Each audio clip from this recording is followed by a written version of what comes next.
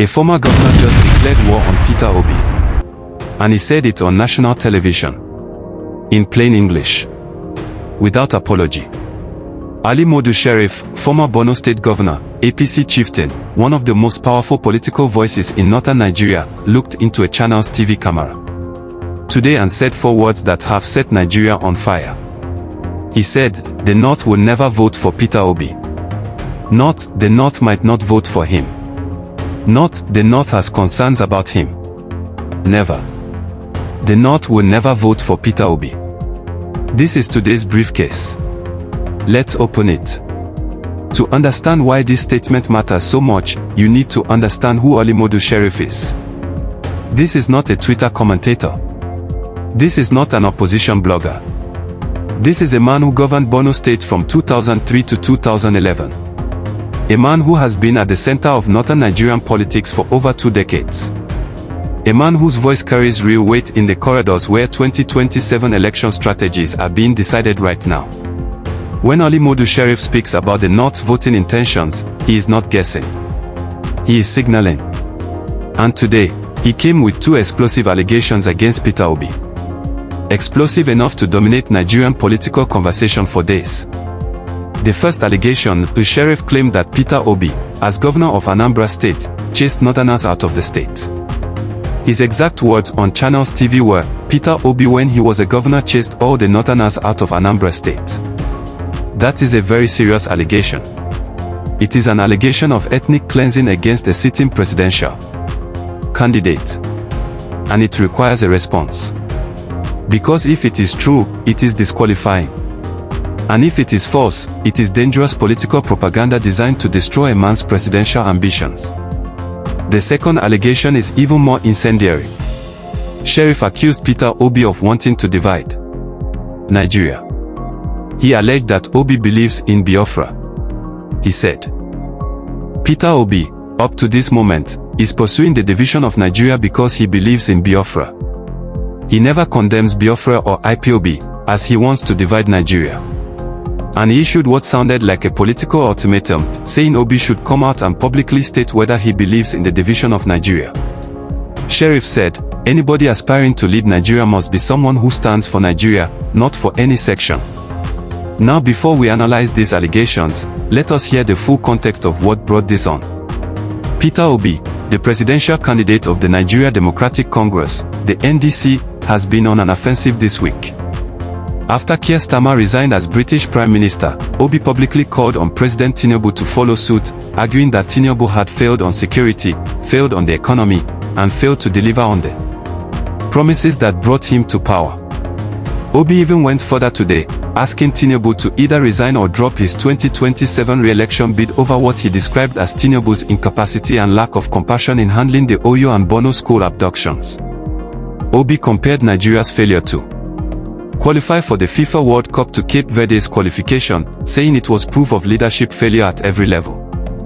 These are aggressive, targeted attacks on the presidency.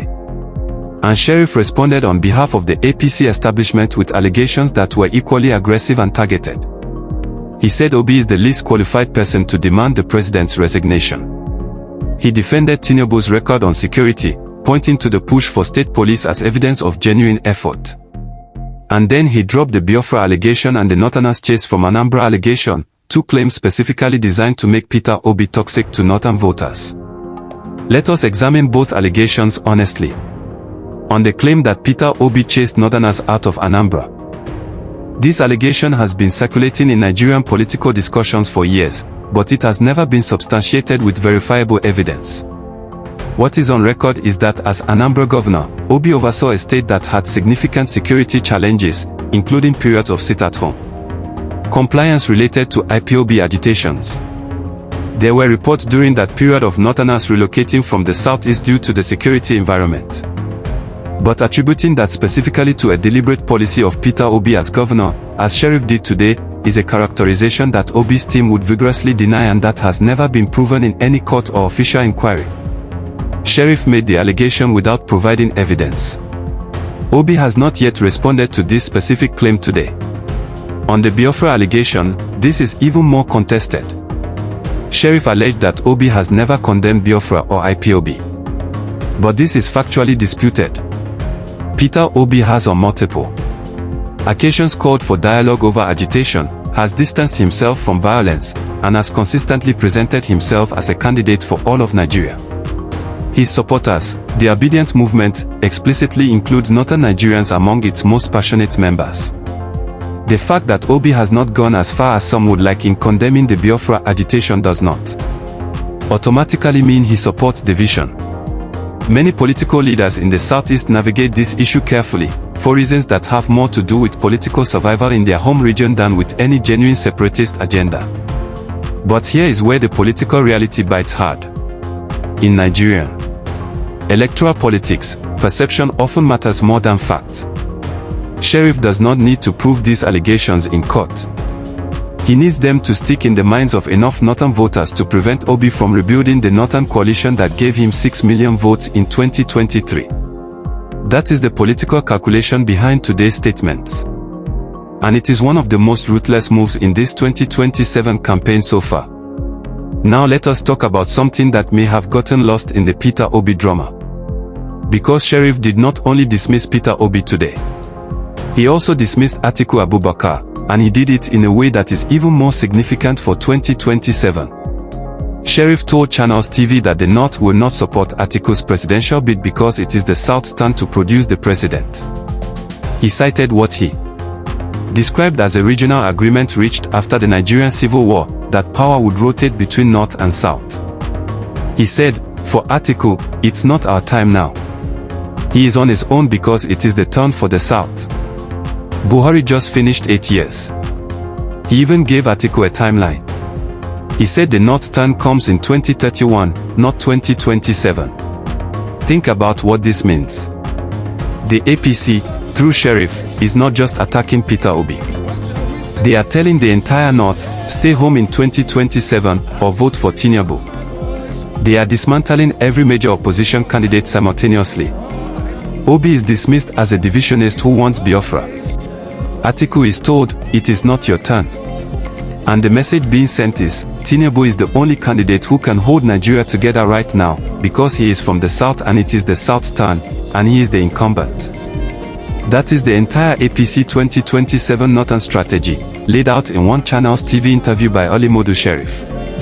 And yet, 2023 told us something that Sheriff knows but does not want to say out loud. Peter Obi won Nasarawa State. He won Plateau State. He won significant votes in Kano. He did something that most analysts said was impossible. He built a cross-regional coalition based not on ethnicity or religion but on frustration with the establishment. That coalition was not enough to win in 2023, but it was enough to terrify the establishment. And it is that terror, not confidence, that explains why a man of Sheriff's stature felt the need to come on national television today and say, the North will never vote for Peter Obi. Because if Sheriff was truly confident the North would not vote for Obi, he would not need to say it. Politicians do not spend time dismissing threats that do not exist. The very fact that Sheriff is making these allegations today, in July 2026, 18 months before the election, tells you that the Obidient movement is still alive, that Obi's cross-regional appeal is still real, and that the APC is worried enough to start the anti-Obi campaign right now. Here is the bottom line. Nigeria's 2027 presidential election will be decided by one question: can Peter Obi rebuild and expand the coalition that gave him 6 million votes in 2023? Sheriff's intervention today is the clearest sign yet that the APC believes he can, and that they are determined to stop him before the campaign even fully begins. This story is far from over, and Naija News Briefcase will be here for every single development. Hit subscribe. Drop your comment, will the North vote for Peter Obi in 2027? Yes or no? I will see you in the next one.